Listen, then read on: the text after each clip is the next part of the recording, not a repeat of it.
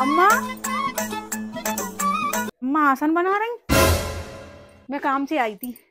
अच्छा, मेरी बात सुनो। लली आ गई तू? हाँ अम्मा, मैं आ गई।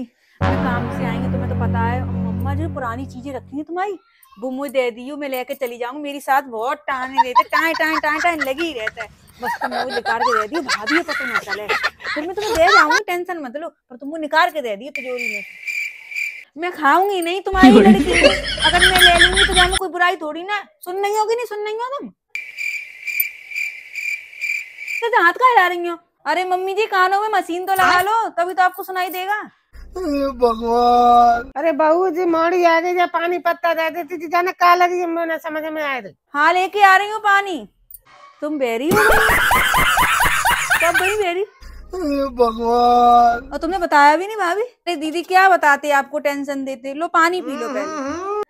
हाँ पता चल गई। का कह रही थी? बहुत कह रहा नहीं है।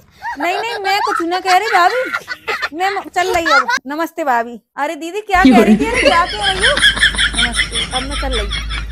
घर पर काम डर हुआ बहुत है। अरे मुझे बता तो दो, पानी तो पी लो दीदी। अरे कहाँ जा रही थी दीदी? अच्छा अम्मा चल रही मैं।